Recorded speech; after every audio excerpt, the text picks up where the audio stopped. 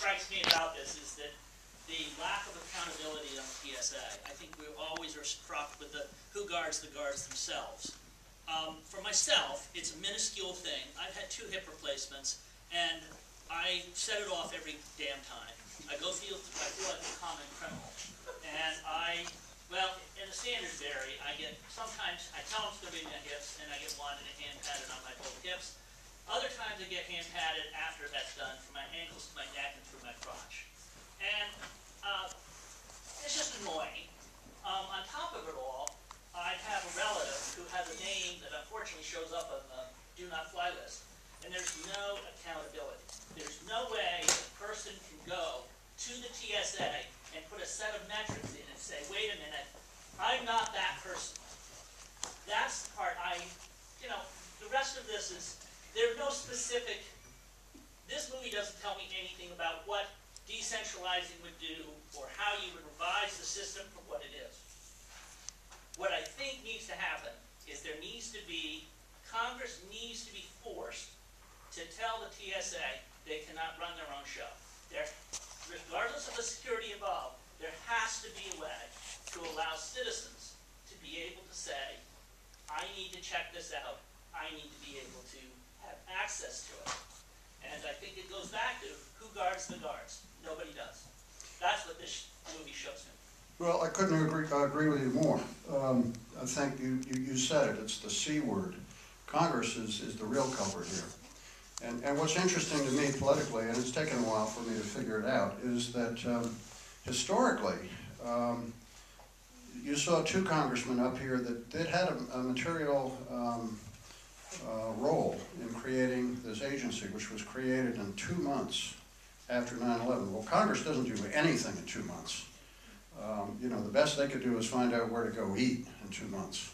But after the Department of Homeland Security was created, much later, the oversight of this agency shifted from the House Transportation and the Senate Transportation Committee over to the subcommittee for Homeland Security. So what you've got now, I think, is a situation where the original authors of this creation have no oversight at all, or very little, and they've got a new bunch of overseers who don't feel a responsibility for this thing that was created. It's a mess. Could you introduce the other 2 people? Yeah. Oh, we have Rob DelGaudio. Yeah. Have my note in front of me here. He's one of the writers of the movie, and then this is... no, this is the director. The director. Oh, okay. Rob's the man. Rob's the man. All right, Rob. Tell us a little bit about yourself and how you got involved with this. Sure. Before I do that, I would like to recognize Brian Sullivan, who came up with his wife Betsy to take a look at the film, and hopefully you all recall that. Fellows that came forward and helped us create the film. My background is as a commercial filmmaker. Had not done anything in feature-length documentary format before until I got a phone call from Fred. We had a happy coincidence of how we met, and he told me the idea he had for the film, and it took me all of about a nanosecond to say, oh yeah, I think that would make a good film. And once I hung up with Fred, my next call was to Rocco Giuliano, who helped write the film with me. And Fred and his daughter Emily had spent about a year doing preliminary interviews with not only all the people that are in the, well, most all the people that are in the film that you saw, but a number of others that just kind of, we decided to steer away from a storytelling point of view. And Rocco and I got on board and we worked to kind of shape the story, create a script, and then go about the filming that took the part of the summer of last year. I just want to make 2 comments. Our daughter was a flight attendant for a major carrier, and we also had a kid go to school on the West Coast and was flying home for, who also flew back east to visit during school breaks. 2 things. It's not just the TSA, it's the airlines too, and I think you kind of alluded to that. our son was flying back, got on a flight, and a passenger got on without a boarding pass. A Middle Eastern passenger got on the plane without a boarding pass. And our son kept ding, ding, ding, calling the flight attendant back. They called the gate agent in.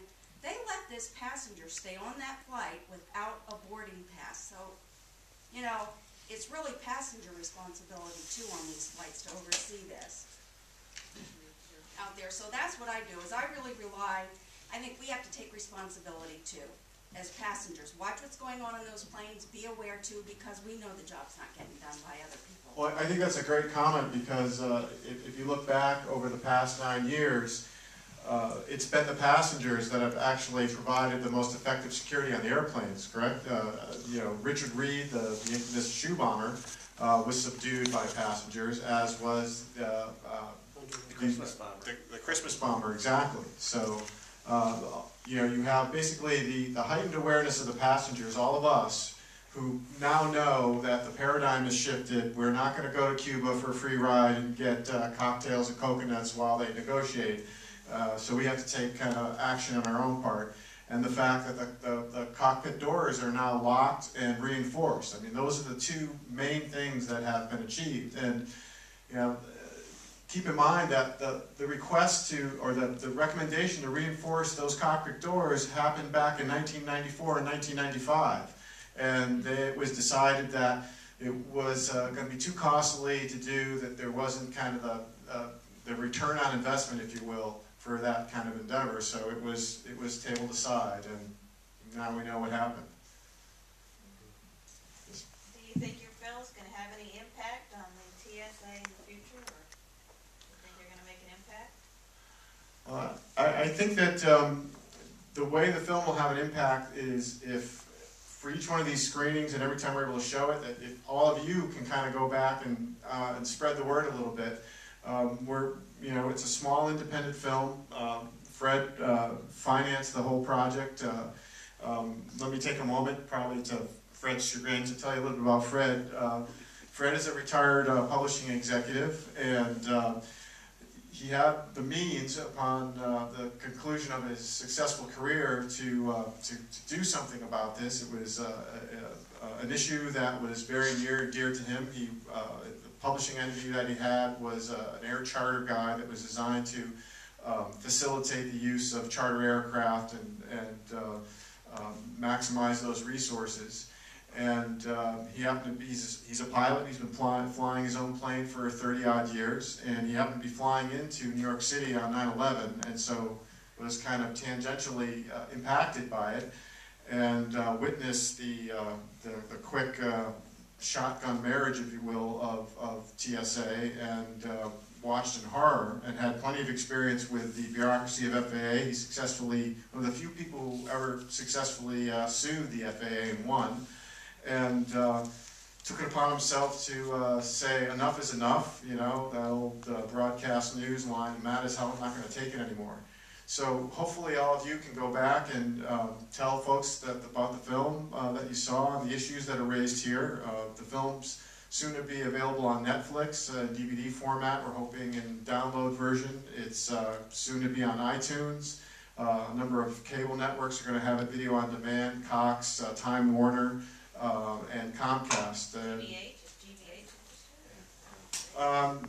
Now the public broadcasting folks so far have not bitten, and you know, but we have folks on our behalf who are out there trying to get the film to wider audiences. But it really starts, like a lot of endeavors, with, you know, one group at a time and just spreading the word.